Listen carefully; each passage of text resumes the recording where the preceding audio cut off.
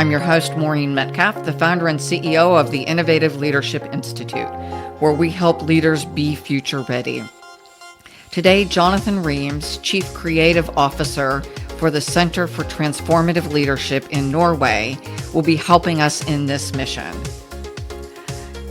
Today, we're going to be talking about the field of leadership development and what your organization is doing to solve some of the challenges we face as leadership is changing across the globe. There's two kind of trends that have really driven and motivated me. One is the growing awareness and inclusion of developmental perspectives. How do we actually develop leadership in organizations? And the second one is, how do we democratize access to this? How do we make it affordable for organizations and scalable? Because prior, this has been kind of an expensive thing for an elite few in an organization. And the challenge is that, one, many of the things that are on offer do not adequately address the kind of quality of character or inner work of leadership. And I can talk about that in terms of cleaning up.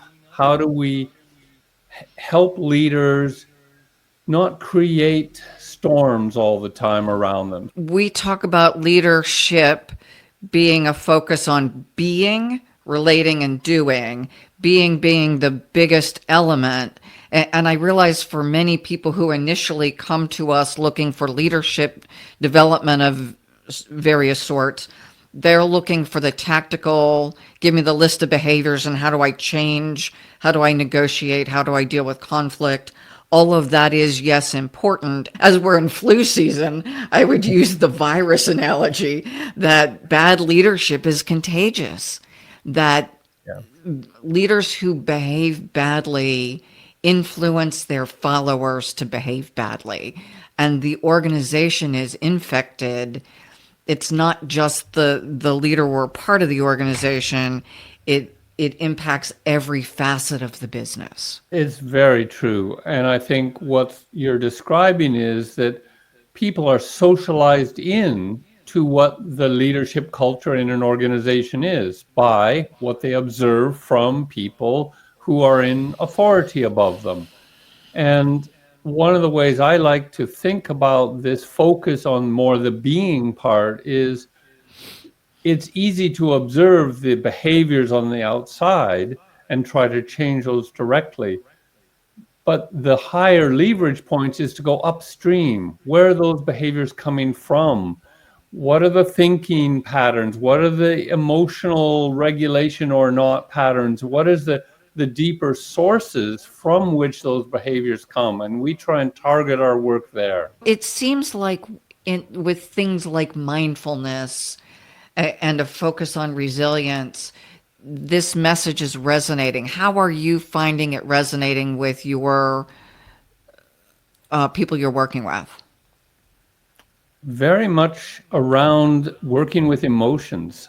I think this has become popularized a great deal by people like Brené Brown, who has really brought emotion work more into the mainstream, made vulnerability actually a positive thing instead of a negative thing. I see that, and a number of people in that field recognizing, you could start with Daniel Kahneman, that we are not rational decision makers. We actually are quite biased and emotional in those processes. Or Antonio Damasio, the neuroscientist, saying we are essentially feeling beings who occasionally think.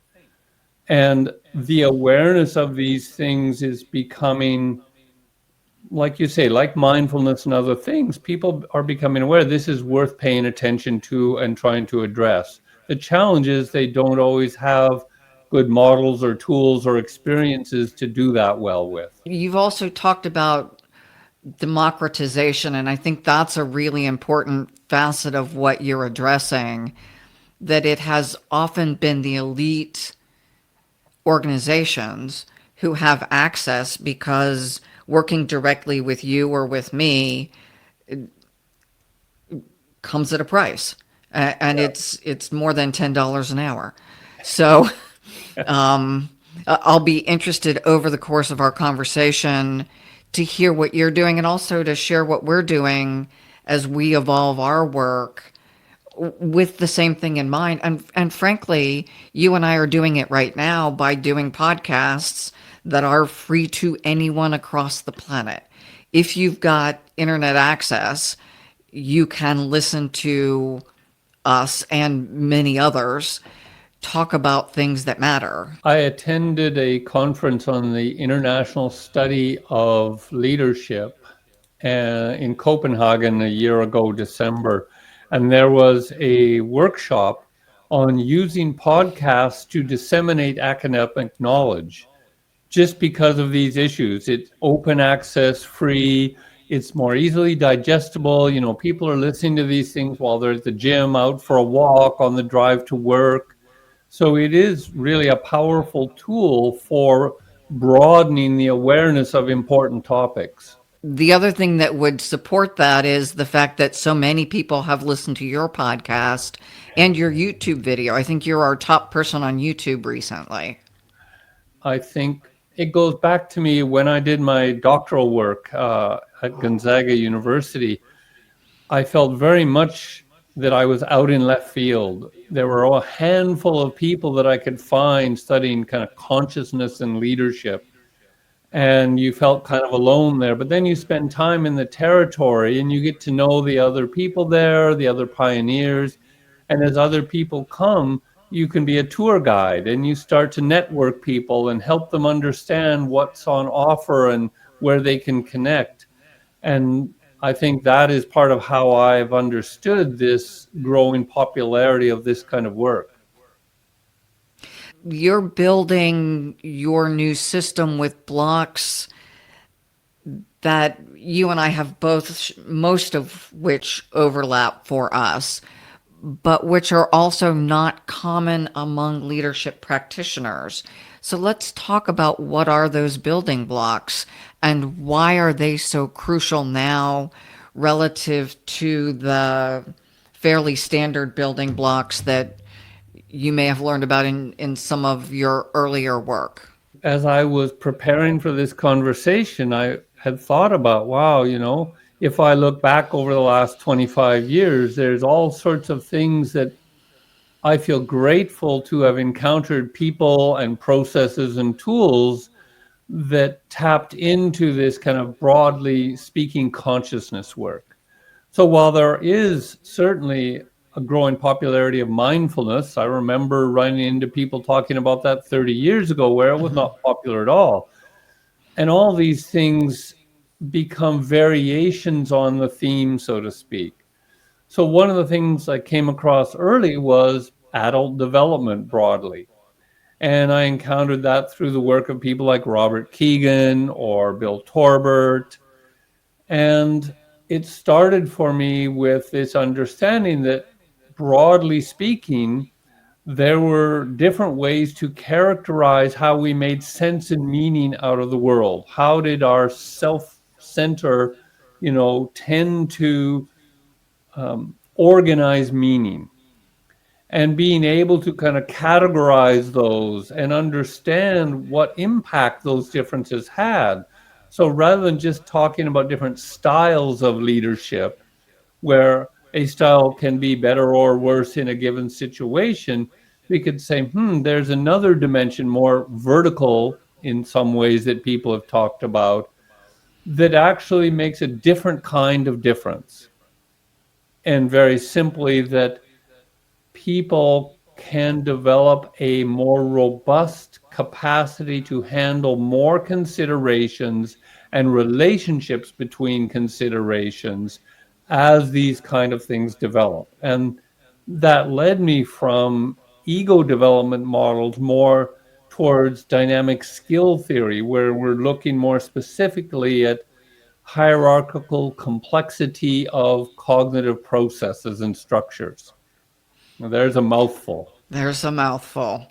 And so, for our listeners, other terms you may have heard referring to the ego development part, at least, are leadership maturity, developmental perspectives.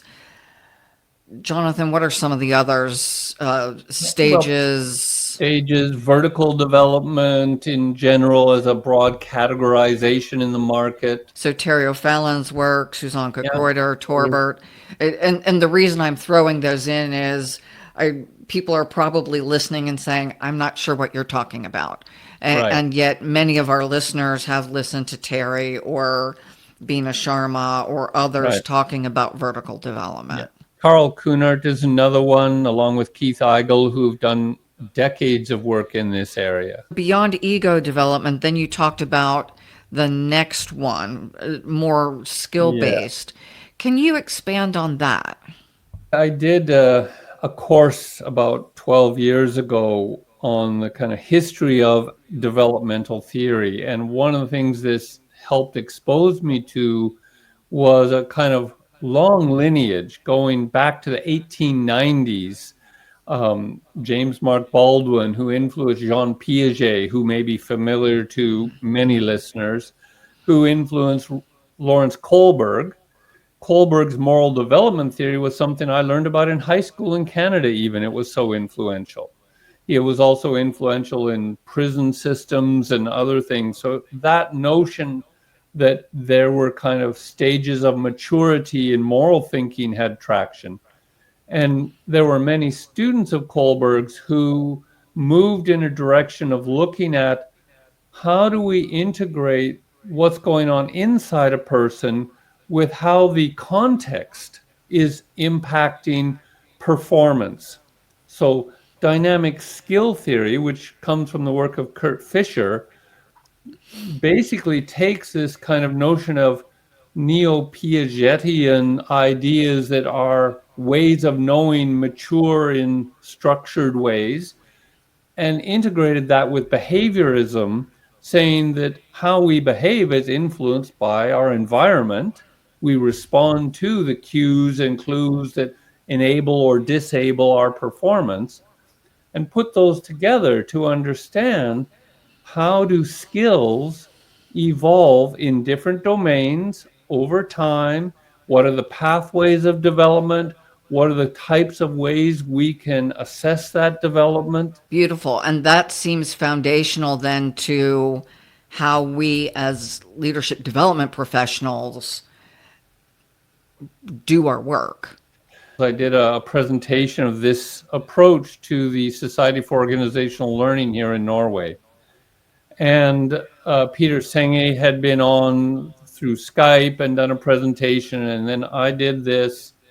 And what I helped them see was the way Senge talks about systems thinking and organizational learning has chunked a whole bunch of very complex skills together in very high level ways. And that most people tend to structure the way they make meaning that doesn't always have those building blocks or take those that many things into consideration as a system. And I had somebody come up to me from a furniture manufacturer and he said, now I understand. We've been trying to implement this organizational learning stuff, and we tell our people all these things, use all the right words and processes and recipes, and they go off and do things, and we don't understand what they did.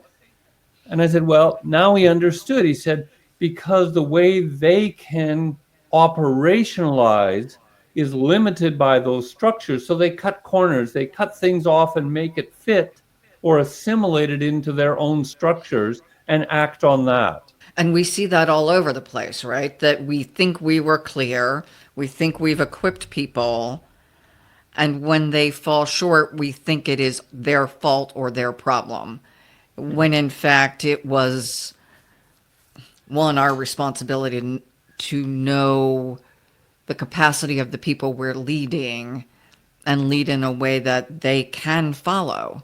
And this is where I say often to people that I'm coaching, I say, look, what I hear is you're expecting people to read your mind and to understand everything that's implicit in what you're saying. And so a lot of what we're trying to do is unpack these things to make them explicit and also help people understand, when you talk about this, what history do you have? What resources do you have that you load into these instructions that those people may not have. It is hard for me, and I'm grounded in this work, to be clear enough for other people. And I imagine for someone whose work is running their business, it can be terribly frustrating when you think you're clear, you just need people to do what you've asked. And what you get back, even though the followers are doing their best, is not what you had expected. Yep. And this is why leadership is so challenging, because the demands to be self-aware, to regulate your own communication, to understand the others at where they're at, and build a bridge between those. That's a lot of work. And it's not what people are taught and trained very often. What else are you building on? Well, I've been a fan of and using the Leadership Circle 360 for 20 years now. And one of the things that we have worked with is this notion of reactive tendencies, which is basically saying that we often get triggered, and this going back to your point about the beingness, something inside us gets triggered by an event, a phrase, a person, something, which leads to our performance dropping dramatically, where what happens is self-protective mechanisms come to the foreground because we're feeling some kind of fear or threat. And to feel safe, we have deeply built-in patterns to respond to those things, but they tend to be the opposite of the creative capacities that we do have. So we may have many skills in those areas, but the moment that we're triggered to be reactive, they're out the window. And I would often say when running trainings or using this, that there is a cost for people when they get triggered to be reactive, because it's costing them energy and time, and the message is not getting communicated. There's a noise. Other people don't hear the words you say. They feel the concern or the anxiousness that is the carrier wave, so to speak, of the content. I like that they're not hearing what we say when we're reactive. And that gets back to a prior podcast again, which talked about the carrier waves, that we convey the virus or the positivity every time we interact with people. And if we're not attending to the being, and so the being, relating, and doing is absolutely aligned with the leadership circle work, and that focus on, when I am in a reactive spot, I'm not consciously focused on my being. Well, you're unconsciously enacting old habits and patterns to protect yourself as a being. And therefore, the behaviors that come out are mixed. So very briefly, in terms of relating, we're relating to other people, but the distinction can be between, are you relating to try and meet your own need? And therefore, you always say yes, you don't set boundaries because you're afraid if you do, people won't like you.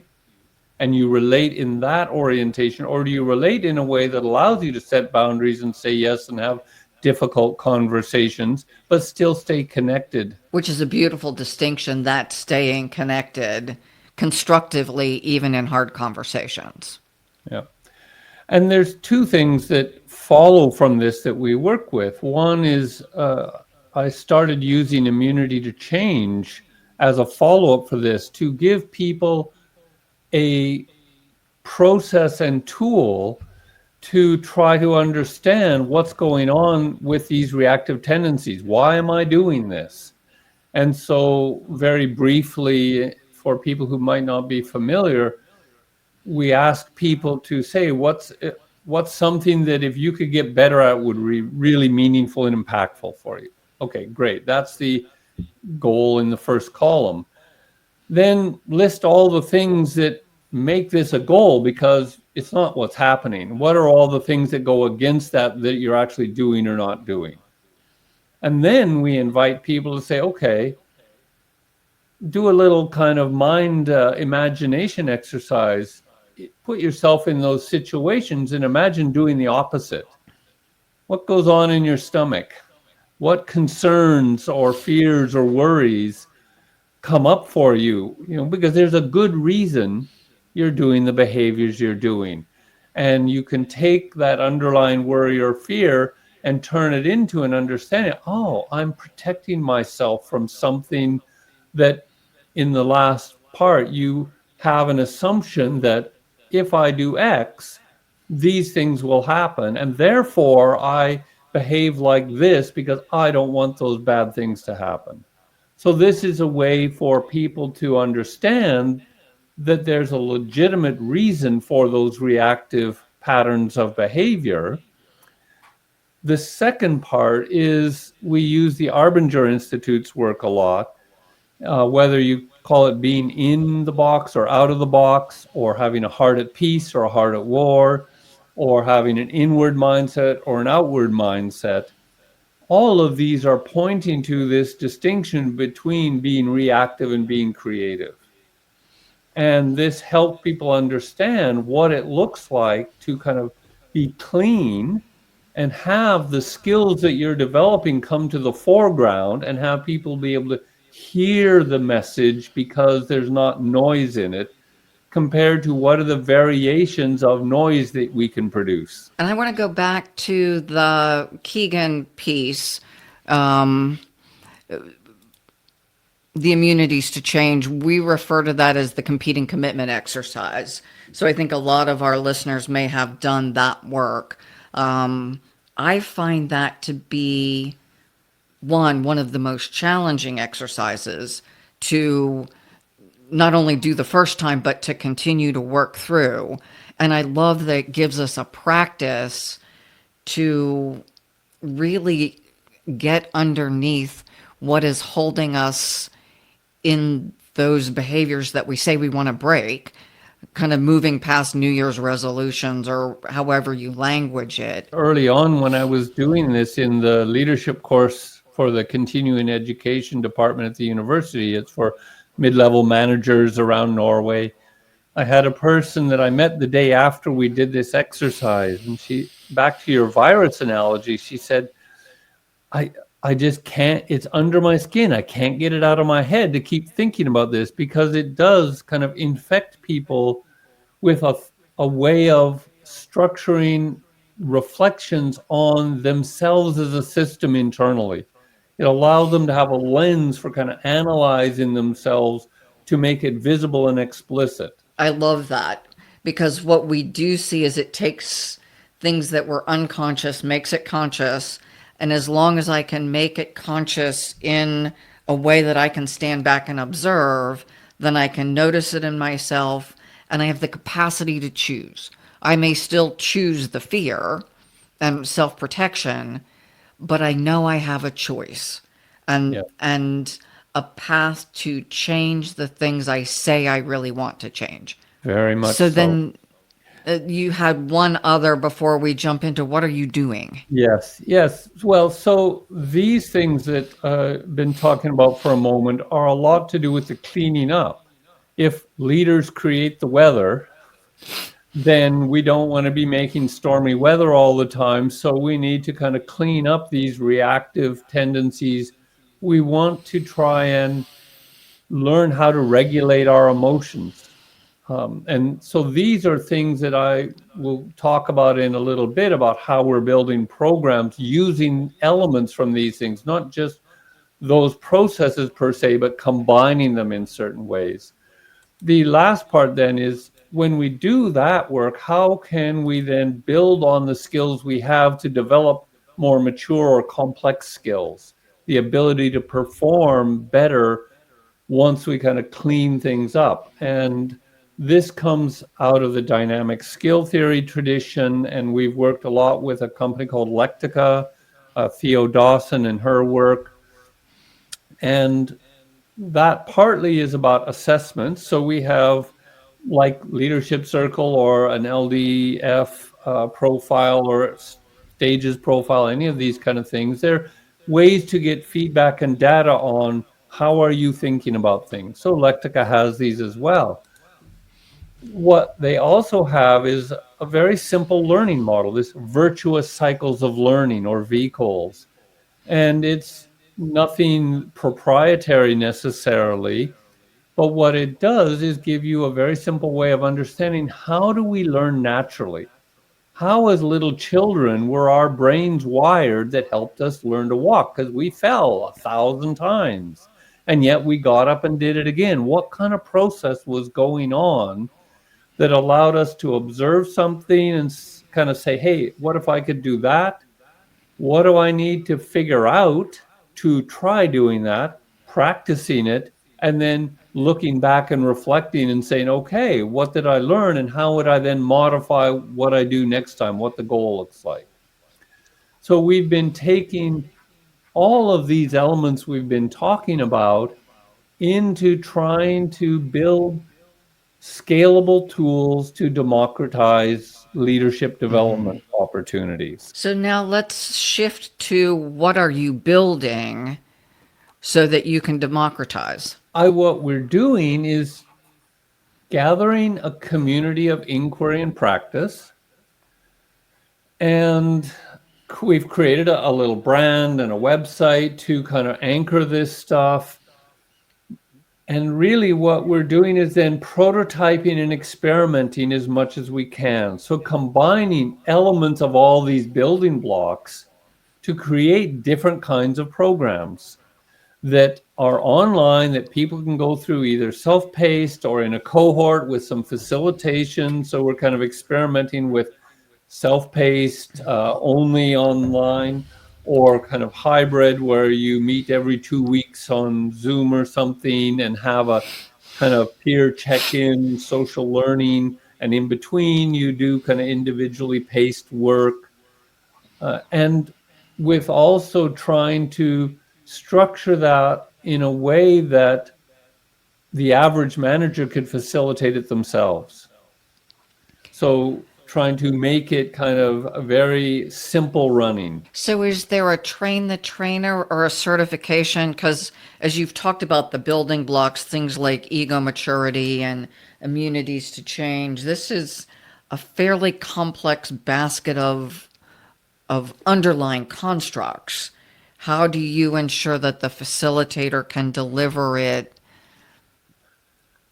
with integrity? Not that they lack integrity, but the program maintains the integrity you have built into it. Very good question. We're not that far down the road yet in some ways. So I would say on the one hand, the community of practitioners we're gathering are people who are already kind of somewhat knowledgeable and have background in these areas. But in terms of one of the deployments we've done of one of the programs, we had a manager there and I just talked to him through it. The way that we did that was the instructions are meant to be as simple and clear so that people can follow them. They don't need kind of expert guidance. And so maybe what I'll say is a little bit about this. So we evolved a program that is now called Building Emotional Resilience. And how it came about essentially was working with the leadership circle for many years. I saw that there was a need to find ways to follow up, to help people build these creative competencies. We can help them with immunity to change, to kind of lessen the reactive tendencies, but how do you increase the skills? And some research, primarily that my wife did, because she had been translating all their materials into both German and Norwegian and had a deep knowledge of it and was certified, said that, it actually all hinges on composure.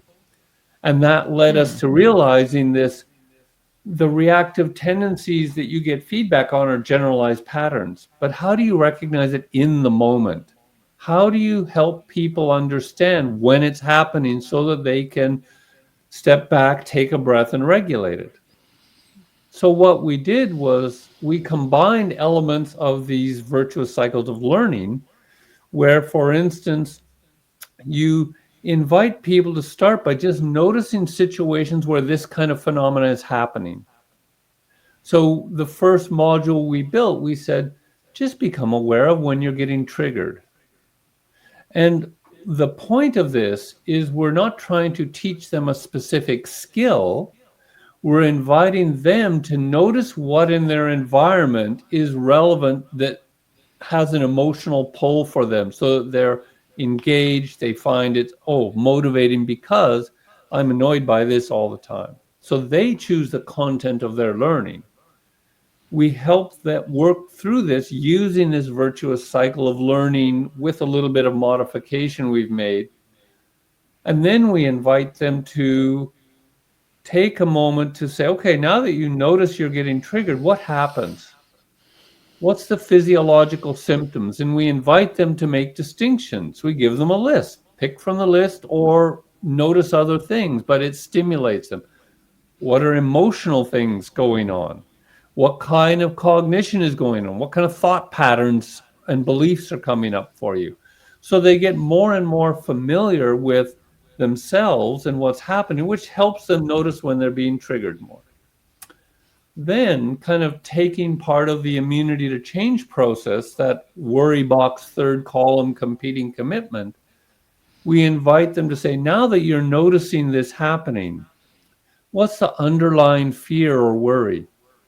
Can you name that? And we give them some distinctions to look at, because what we found is that if you help people take whatever kind of fuzzy phenomena is happening for them and get a bit more granular, make distinctions about it. And this was an insight I got from Michael Mascolo's work that was really helpful in making this transition to giving people distinctions to resonate with, which then they practice. They look for, okay, is it this happening or that happening? What kind of fear is it? When they can name that, they're making a micro subject object move. Instead of it being something that's just automatically triggering behaviors, they can name it and look at it. And as you say, then start to make choices. So in the last module, what we invite people to do is replace fear with curiosity. And there we incorporate the ladder of inference, for instance, a bit of that, and say, how can you climb down and look at what's happening and see alternatives, see what else could be going on, and lean into that and be present with it and see what happens. We have a little exercise we walk them through that really seems to help people have an embodied sense of what else is possible. I want to give a story from my own personal journey with immunity to change that will elaborate on that, because you've done a beautiful job of explaining the theory. My When I started my company, I had it was during Enron. I was working at a consulting firm helping set up training floors. That business absolutely went away. I was up for partners, so my job went away. Invited to exit. So started my company, but I had a really deep fear about not being good enough, smart enough, able to keep a job. And so my tendency in constricting was I've got to just work harder than anybody else so they won't notice that I'm not very smart.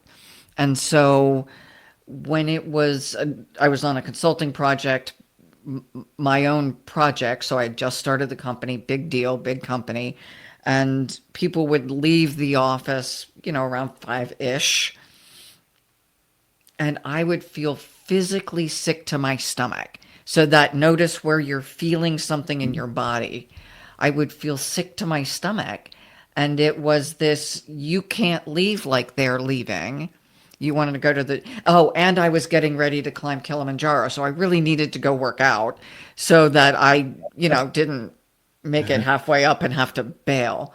So I'm balancing these things, and yet this overwhelming "you're not good enough" message would hit me every day, and I would find a project to start as people are leaving. And similarly, then first thing in the morning, I would feel the need to be there. So the physiological stomach issue at least gave me awareness. I still have this happen as I'm working at, 10 or 11 at night, and I'm like, okay, other people are sleeping. It's really time to get up. And I can ask then, like, what is the fear at this moment? And is it rational? Now, if I have something that's due the next morning, clearly I'm not being irrational. But if I'm starting to organize folders at midnight, it's irrational. And I think each of us have those competing commitments that we just go on autopilot, back to the consciousness thing.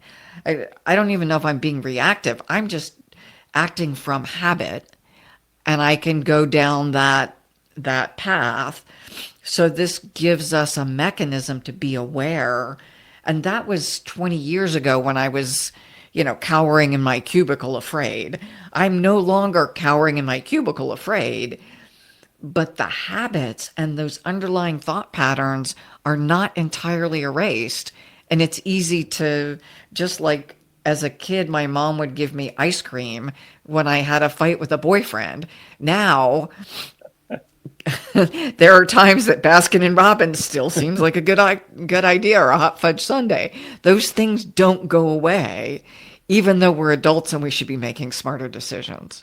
Yeah, so I think that's a great illustration, and it embodies so many of the things that we're working with in this program in particular, in that you make progress over time on being little by little more aware of the kind of system one, the automatic habits of behavior. You make them explicit so that you can say, do they actually apply here or not?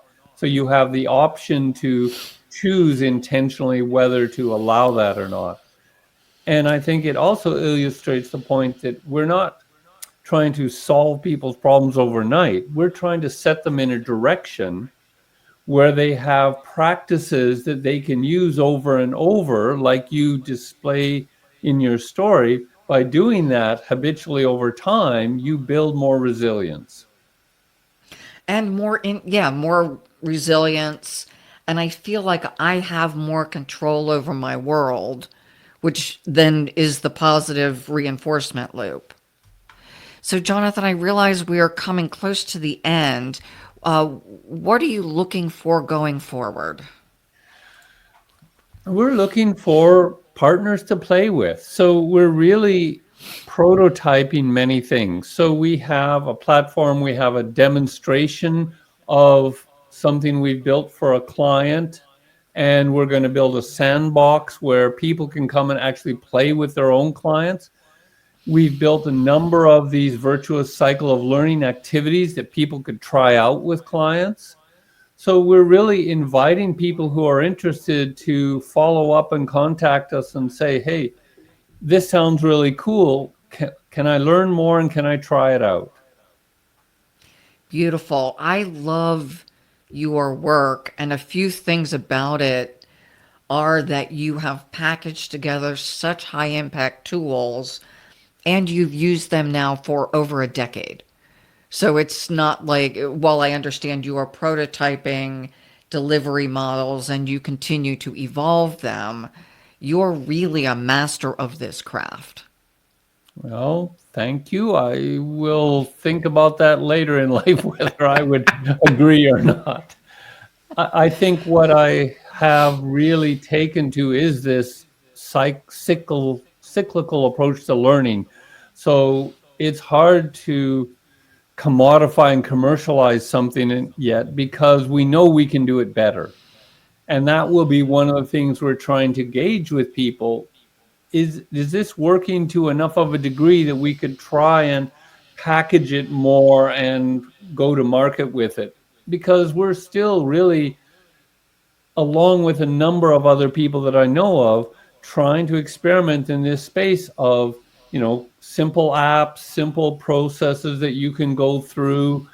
And for us, it's combining this ability to kind of clean up these reactive tendencies, go through immunity to change like processes with positively developing skills that can be kind of calibrated to the level that works for a person. Back to the story of, people that aren't able to follow instructions, quote unquote. What is the leader's role here to help people learn to cross that bridge to actually be able to operationalize things in the way that is intended? Beautiful. And democratizing that so that it's no longer people who work for GE or elite companies, but as the world of work disaggregates, we need everyone to be able to lead, even though they're not at the largest companies. Well, even in those largest companies, this kind of training is often only for executives. But there are many people throughout the organization who could benefit, for whom just being able to regulate their emotions a little bit better would help them get along with colleagues. We're prototyping a program on relational resilience. How can they use challenges in relationships to learn from how to make those better? Beautiful.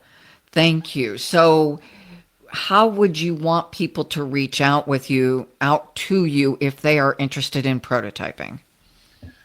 We have a website called Adeptify. I guess you can put a link in the show notes, but it's just adeptify.co.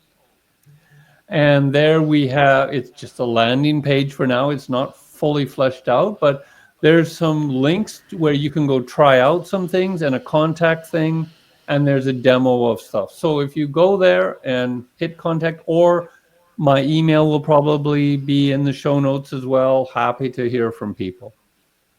Beautiful. And do you communicate on LinkedIn? I do.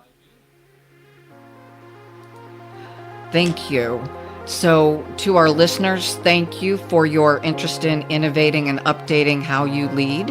And we look forward to you joining us on ongoing podcasts.